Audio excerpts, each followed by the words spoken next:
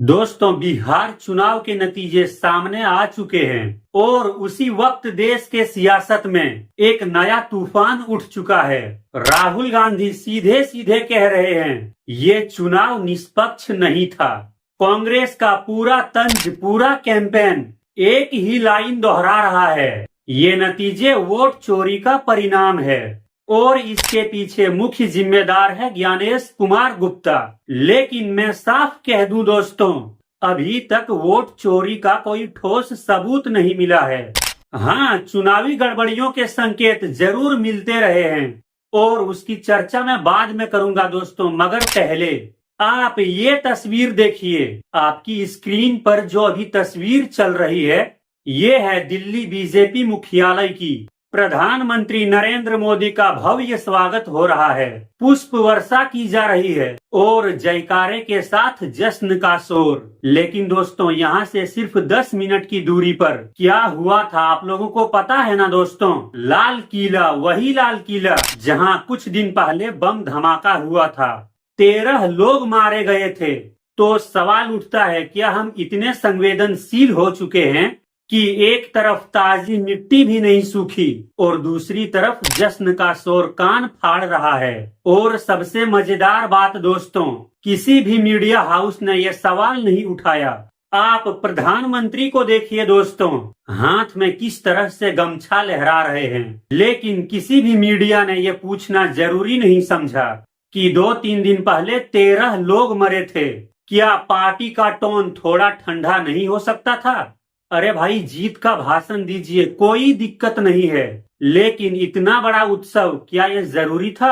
और असली मुद्दा क्या है दोस्तों?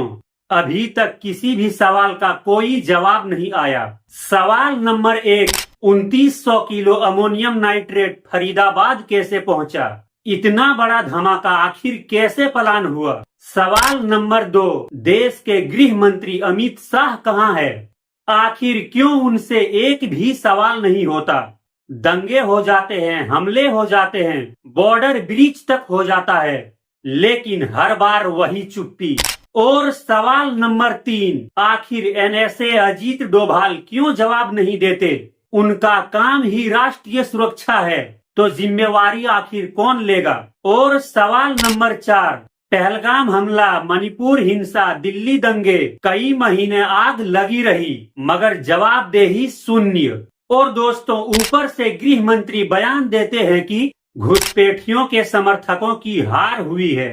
अरे साहब, बीएसएफ आपके कंट्रोल में है, तो आप ही बताइए घुसपैठिया रोकना किसकी जिम्मेदारी है? और दोस्तों, अब आते हैं प्रधानमंत्री के 2 विवादित बयानों पर। पहला, प्रधानमंत्री कहते हैं कांग्रेस में टूट होने वाली है। सवाल उठता है, क्या एक प्रधानमंत्री को यह शोभा देता है कि वो विपक्षी पार्टी के टूटने की भविष्यवाणी करे?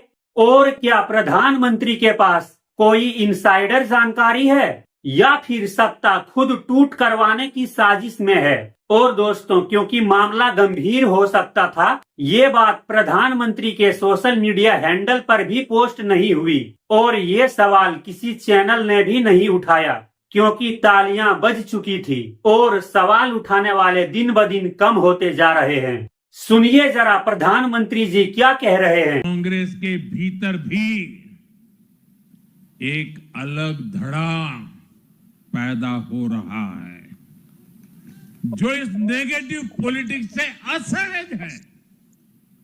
ये जो कांग्रेस के नामदार हैं, ये जिस रास्ते पर कांग्रेस को लेकर चल रहे हैं, इसके प्रति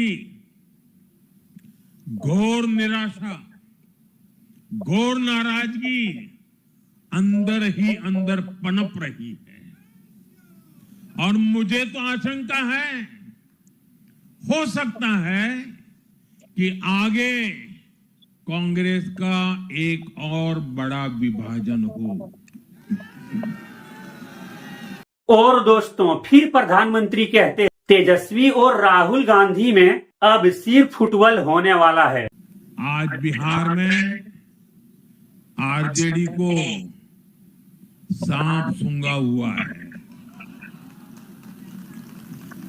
और जैसे मैंने बिहार चुनाव के समय कहा था, बहुत जल्द दोनों का झगड़ा अब खुलकर सामने आने वाला है।